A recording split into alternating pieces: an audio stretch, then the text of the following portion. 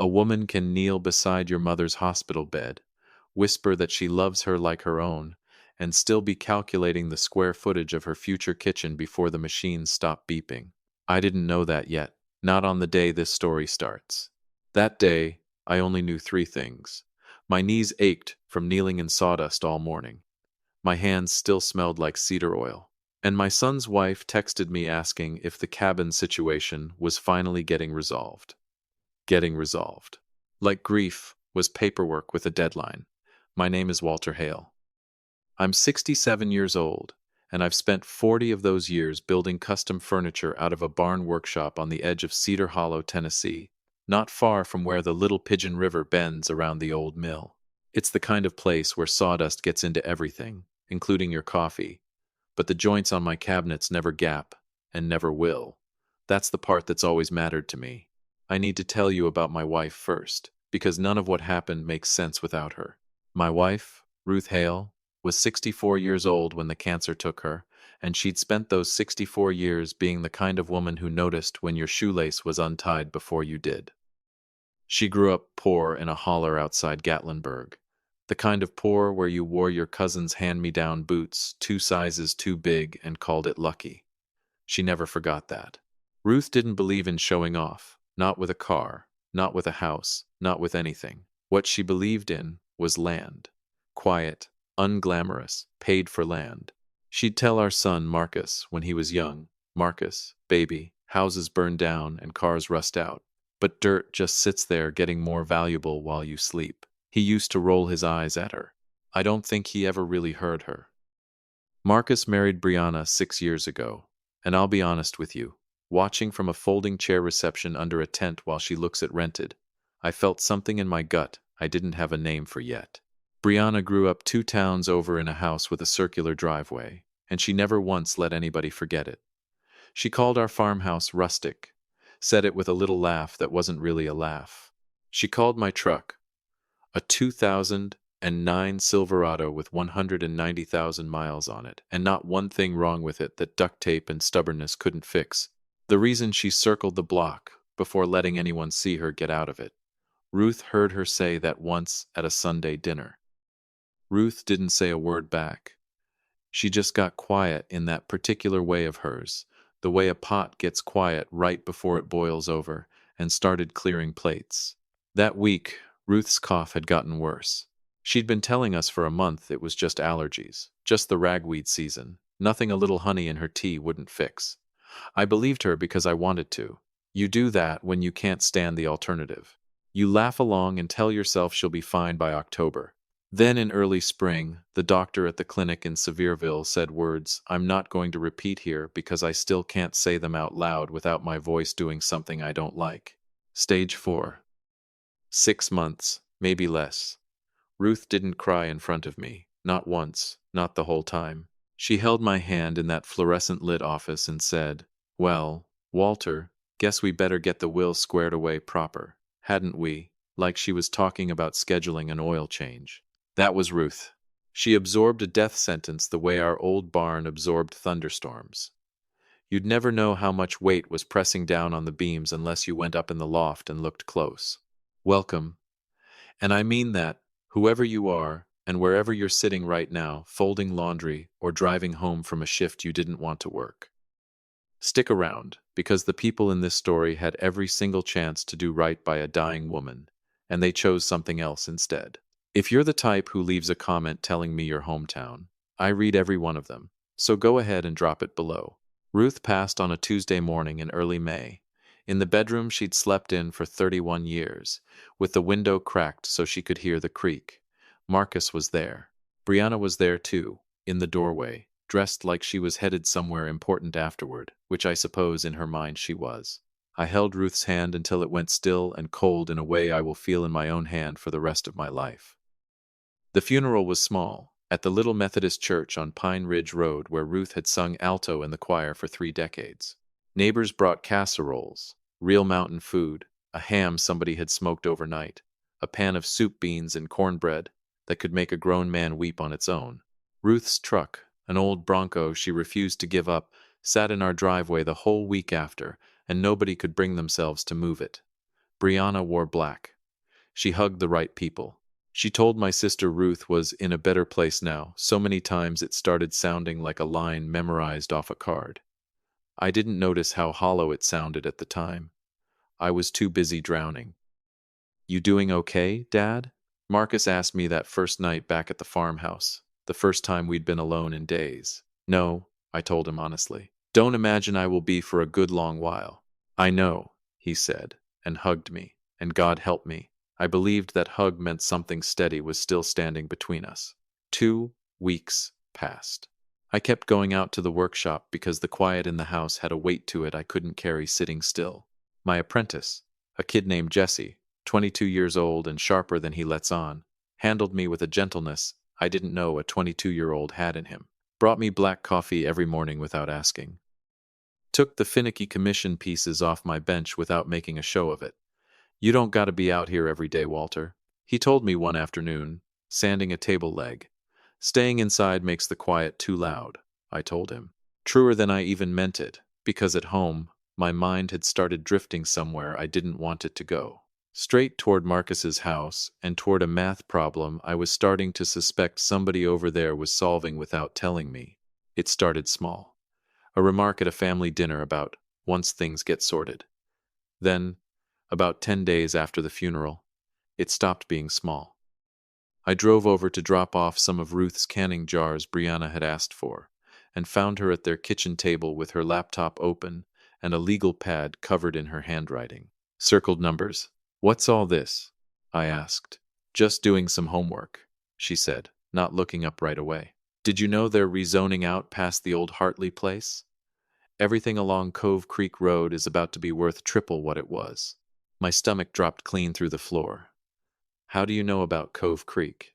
She looked up then, and there was something on her face, not embarrassment. Satisfaction, like she'd finally landed the fish she'd been patiently baiting for years. Marcus mentioned once that your mama-in-law's family owned land out there, she said. I looked up the county records. 42 acres, Walter. Once that commercial rezoning clears in the fall, that's easily worth $2 million, maybe more. I sat down slow, because my legs didn't much feel like holding me up. Brianna, I don't even know what Ruth's estate looks like yet. Her attorney hasn't called us in for anything. Well, he needs to, she said, snapping the laptop shut. Because I've been thinking Marcus and I should finally get out of that rental. There's a place over in Fox Run Estates, gated, 5 bedrooms, a pool. We'll want to move fast once things clear. Real money, like Ruth, was a lottery ticket somebody had been sitting on. She's been gone 2 weeks, I said quietly. I'm aware of how long it's been, Walter. Her voice sharpened right up. I'm also aware that life keeps going. Marcus needs a real car too. That truck of yours he drives for work is an embarrassment. And frankly, it's humiliating that my husband is out there looking like a repo man while there's a fortune sitting in some lawyer's file cabinet with his name on it. I just stared at her. Ruth's Bronco was still parked in my driveway. Nobody could bring themselves to move it yet. And this woman was thinking about kitchen islands. I can't do this right now, I said, standing. Can't do what? Have a conversation about the future? The future can wait until I've buried my wife's memory with some dignity. She didn't say another word that visit, but she didn't close the legal pad either. She left it sitting square in the middle of the table, right where I'd see it walking past every time I came by. If you've ever watched someone you thought you knew turn into a stranger in slow motion, you understand exactly how the next month felt for me. Ruth's attorney, a woman named Grace Ferris, who'd handled our affairs for almost 20 years, called at the end of that month and mentioned there were several unique components to the estate that would need to be discussed at the appropriate time. Brianna was there when Marcus took the call on speaker, practically glowing. To her, unique components sounded like a jackpot, with her name already engraved on it. June came in hard that year. The kind of Tennessee heat that sits on your chest before you're even out the door. It was a Thursday evening. I remember because Thursday was the night Ruth and I used to sit on the porch and shell beans, and I was out there alone doing it out of habit when Marcus and Brianna pulled up the drive. Brianna came up the steps holding a manila folder. We need to talk, Walter, she said. Words that have never once preceded anything good in the history of families. She held the folder out. Inside was a printed listing for that house in Fox Run Estates, her handwriting scrawled in the margins. Pool, 5-bed. Perfect for us. What is this? I said, though I already knew. I found our house, she said, like she was announcing good news. I know it seems fast, but the market moves quick, and once Ruth's estate clears, we'll want to move on it. You are not buying a house you can't afford yet, I said. Why not? Marcus is about to inherit millions. Her voice climbed. I looked into it myself. That rezoning goes through in the fall, and that land is going to be worth a fortune. I don't understand why everybody's acting broke when we're not. Because we don't know what's actually in that trust, I said, my own voice coming out louder than I meant. Grace hasn't told anybody anything specific. I did the research, she snapped. I know what that land is worth. And frankly, Walter, I think it's time Marcus started acting like a man whose wife deserves a real life, instead of some furniture shop lifer's son, content to eat off a card table out of loyalty to a woman who's gone. The words hit me like an open hand across the face. My ears actually rang. Don't, I said, low and shaking. Don't you ever talk about my wife like that again. Why? It's true. She stepped closer, and her voice dropped into something colder than I'd ever heard out of her before. Ruth held this whole family back. 31 years in that same farmhouse. That truck. She could have given Marcus a real start, and instead, she let him grow up thinking dirt poor was some kind of virtue while sitting on land worth millions she never touched. And now that she's finally gone and there's real money on the table, y'all want me to act like wanting it is some kind of sin? I couldn't speak for a second. My jaw locked up so tight it ached. I loved her. I finally managed. I don't care what she had or didn't have. I loved her for exactly who she was. Well, I didn't marry her, Brianna said. I married Marcus, and I'm done living like this while there's a fortune sitting in a lawyer's file with our name on it. Marcus stood there on my own porch and said nothing at all. That silence told me more than anything Brianna had said. So, what exactly is it y'all want from me? I asked quietly. Brianna looked at me a long moment, and then she said the sentence I'd replay 100 times trying to find the version of myself that saw it coming sooner. If Marcus doesn't stand up and claim what's ours, I'll have him get a lawyer of his own, and if that means going after your share of the estate too, that's exactly what we'll do. Real silence. The kind where you can hear your own blood moving. Down the road somewhere, a dog barked, a truck passed. Ordinary sounds from a world that hadn't just gone sideways on me. You're threatening me, I said slowly, over money that doesn't even exist yet. We're threatening to finally get what's fair, she said, and turned and walked Marcus back to their car, leaving me standing on my own porch in the June heat with a bowl of half-shelled beans in my lap and a family that had just quietly cracked open right in front of me. I didn't cry. I want you to know that. I thought I would. I thought that sentence would break something loose in me right there on the steps. Instead, something in me went still and cold and clear, like a fever finally breaking after 3 days. I'd spent years making excuses for that girl to everyone who questioned her, including myself, and in one sentence on a hot Thursday evening, she told me exactly who she'd been the whole time. I want to tell you what I did next, because I think it surprised even me. I didn't call a lawyer. I didn't start hiding anything, or plotting some kind of counterattack. I finished shelling the beans, went inside, and called Grace Ferris first thing the next morning and told her everything, word for word, exactly the way it happened. Grace was quiet on the line for a moment. Then she said something I've never forgotten. Walter, I think it's time you knew what Ruth actually did 6 years ago. Over the next month, Brianna and Marcus started acting strange around me, watchful, like they were solving a puzzle. Did I talk to Grace? Was I hiding something? Was there money I wasn't telling them about? I told them the truth every time.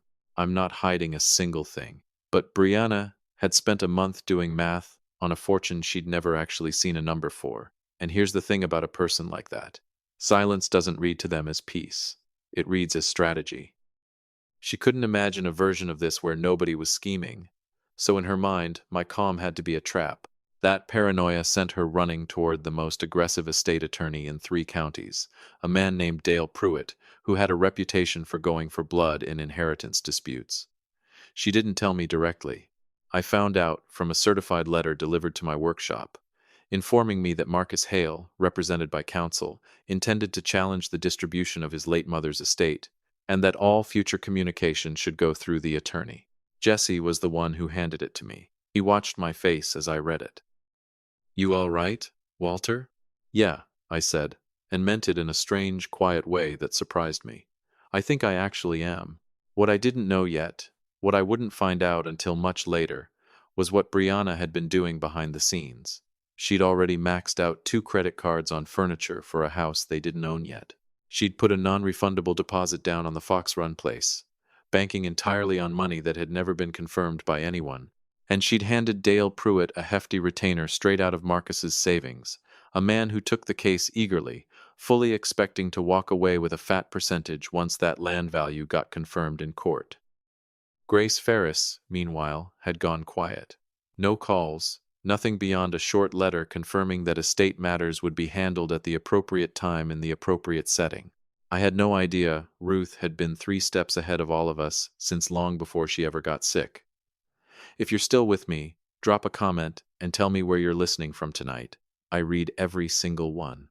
The settlement meeting got scheduled for the 2nd week of August. Dale Pruitt's office sat on the top floor of the only glass building in downtown Sevierville, the kind of lobby that smells like money and ambition.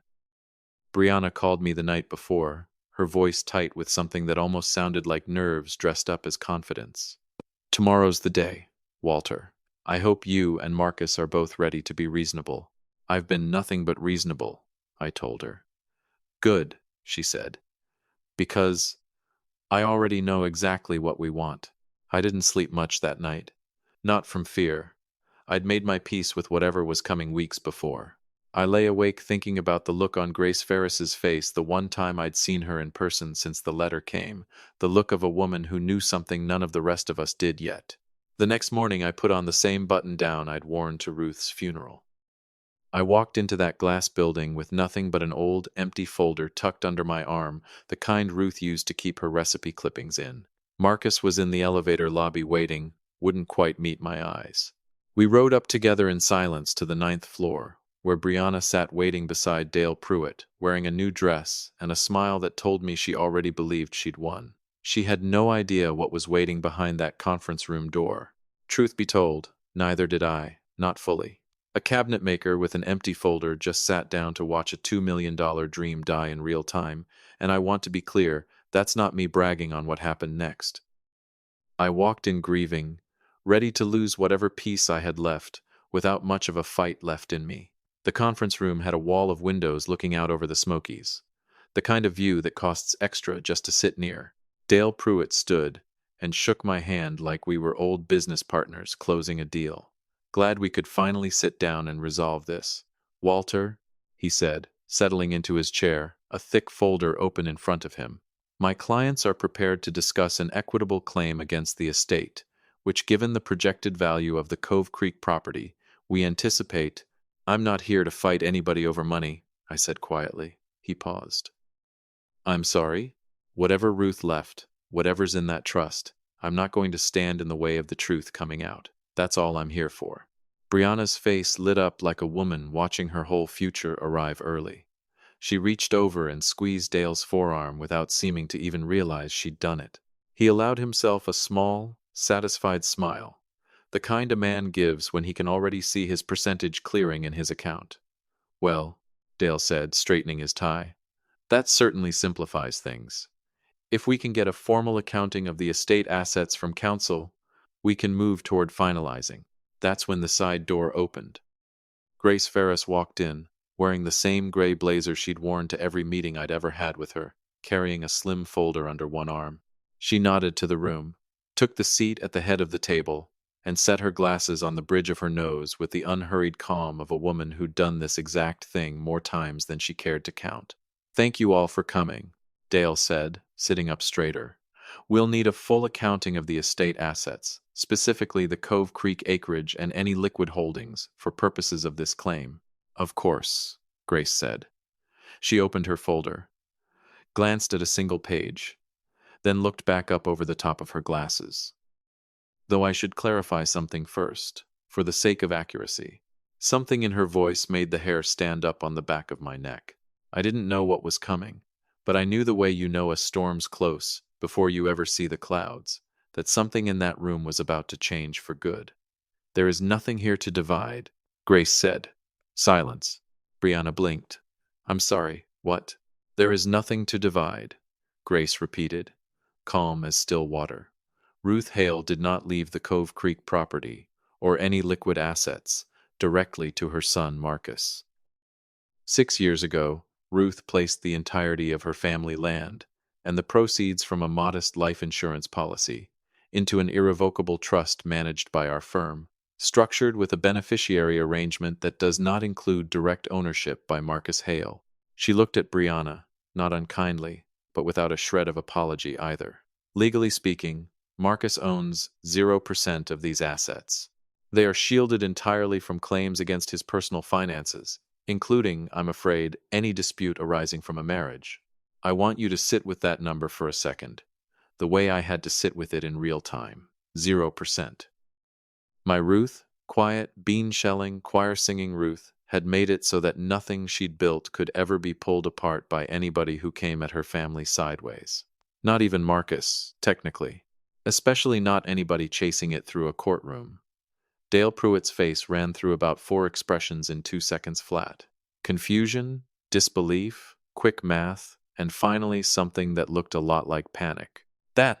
He cleared his throat. That's not possible. We did extensive research on the rezoning valuation of that property. We structured an entire... I understand the land has significant projected value, Grace said evenly. That value belongs to the trust. Not to Marcus, and not to his marital estate. The trust has its own administrator and its own designated beneficiaries, none of whom are party to a divorce filing or a civil claim. Who? Brianna's voice had gone thin. Who are the beneficiaries? Grace looked at her a long moment. I can tell you it is not you, Mrs. Hale. As for the rest, that will be disclosed to the appropriate parties at the appropriate time. I watched Brianna's face come apart in slow motion. Every carefully applied piece of confidence she'd walked in wearing just started sliding off her at once. She turned to Dale. Fix this. Do something. Mrs. Hale, Dale said carefully, and I could already hear the shift in his voice, the sound of a man doing math on his own losses. If this trust was structured prior to the marriage, and it's irrevocable, this changes the entire... He stopped, started again. I'll need to review the documents myself, but if what counsel is describing holds up, there may not be significant assets to pursue here at all. There has to be something, Brianna said, her voice cracking down the middle. The house, the truck, something. The farmhouse and both vehicles are part of the same trust structure, Grace said, as is nearly everything Ruth Hale owned at the time of her passing. I sat there quietly through all of it, and I want to be honest with you. I didn't feel triumphant. I didn't feel vindicated. Not yet. I mostly just felt Ruth's presence in that room, like she'd found some way to reach across 6 years and 1 funeral and set her hand on my shoulder one more time. Dale closed his folder slowly, the papers inside it suddenly worth nothing at all. Mrs. Hale, he said quietly, I think we need to speak privately. No, Brianna's voice climbed sharp and desperate. No, there has to be a number. Marcus, tell them. Tell them what you told me about the land. I never told her anything, Dad, Marcus said, finally looking at me, and his voice came out smaller than I'd heard it since he was a boy. She did the research herself. She made every one of those plans on her own. And there it was, the moment I finally understood the full shape of what Ruth had done. She hadn't just protected that land. She'd protected our son from a version of his own marriage. None of us had wanted to look at too closely. She'd built a wall around everything she owned years before she ever got sick, because somewhere along the way, quietly, without ever once saying a bad word to my face, she'd figured out exactly who Brianna really was. Grace closed her folder and stood. I believe my part in this meeting is finished, she said, then turned to me, something in her face softening just slightly, the first real crack of emotion I'd seen from her in 20 years of knowing her. Walter, before I go. She reached into her folder and pulled out a plain white envelope, sealed, my name written across the front, in handwriting I would know anywhere in this world. Careful, a little slanted, the same hand that used to write grocery lists on the back of church bulletins. My wife's handwriting. Ruth asked me to give you this when this day came, Grace said quietly. My hands were shaking when I took it. In men amasted, not from fear, from something closer to awe. She'd known, years ago, somehow she'd known this exact day was coming, and she'd already written the words she wanted me to have on it. I set the envelope down without opening it. Not yet. Not in that room. Behind me, the meeting was dissolving into chaos, Dale already gathering his things, murmuring something to Brianna about reassessing representation, which I understood, even in my numb state, to mean he wanted nothing more to do with a client who couldn't pay him what he'd been promised. Brianna sat frozen at the table, staring down at nothing, her new dress suddenly looking less like a celebration outfit and more like a costume for a party that had just been canceled. "This isn't over," she said to no one in particular. I stood, tucked the envelope into my jacket pocket, and walked out of that room without another word. I'd made it about half a block down the sidewalk toward my truck when I heard Marcus behind me, calling my name. I stopped and turned. "Dad," he said, and for the first time in months, he looked like my son again instead of a stranger wearing his face. I didn't know it would go this far. I swear to you I didn't. I looked at him a long moment, really looked, and felt something loosen in my chest that had been tight since June. "I know, son," I said. "Your mother knew you didn't either. That's exactly why she did what she did." He didn't say anything else. He just nodded, and for a second there were tears standing in his eyes that hadn't been there in a long, long time. I walked away and found a bench near the old mill wheel by the river, sat down, and let the water sound and the birds and the smell of cut grass drift over me the way they had my whole life in these hills. I pulled the envelope out of my jacket pocket with hands that had finally stopped shaking. My wife's handwriting stared back up at me. Just my name. Walter, the only person left who still wrote it exactly like that. I opened it careful, like it might disappear if I moved too fast. "Walter, if you're reading this, it means I'm gone, and Brianna's done exactly what I was afraid she would do." I saw how she looked at our land the first time she ever set foot on it, like she was pricing it. I didn't say anything, because Marcus loved her, and I wasn't going to break his heart while I still had breath in me. I chose to protect the two of you, this way instead. Take care of yourself, old man. Plant something new this spring. I'll be looking out for you from wherever I end up. I read it twice, then a third time. The river kept moving around me, the way the world always keeps moving no matter how much of yours has just quietly ended and started over again in the same afternoon. My wife never once said a hard word about Brianna to my face, not in 6 years. She let our son love who he loved, and she protected him anyway, quietly, patiently, the way she did everything, without ever needing credit for it, without needing me to know until the exact moment I needed to know it. That's the kind of woman she was. Tears came right there on that bench, and I didn't wipe them away, and I didn't look in whatever direction Brianna had stormed off in. I just pressed that letter against my chest, and let the grief and the relief and 40 years of loving one woman move through me all at once, tangled together in a way I don't imagine I'll ever fully untangle. "I miss you something awful, Ruthie," I said out loud to the river, to nobody and everybody at once.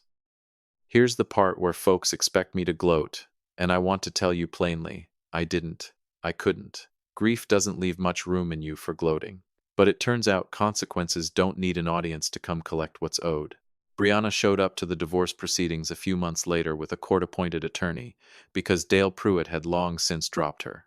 Marcus's own lawyer laid the credit card statements and the retainer withdrawal out plain, and the judge didn't take long, deciding it amounted to reckless dissipation of shared funds in anticipation of a claim that never existed. She was ordered to repay every cent, and the debt got assigned solely to her name. Marcus moved back into a little rental, not far from the farmhouse. He comes by most Sundays now, and we sit on that same porch and shell beans, and slowly, real slow, he's starting to sound like the boy Ruth raised again, instead of the man he'd been shrinking into. As for the trust, Grace tells me it's structured to eventually pass to Marcus once he's remarried or reached 50, whichever comes first, with the land itself preserved and never sold, exactly the way Ruth wanted it kept.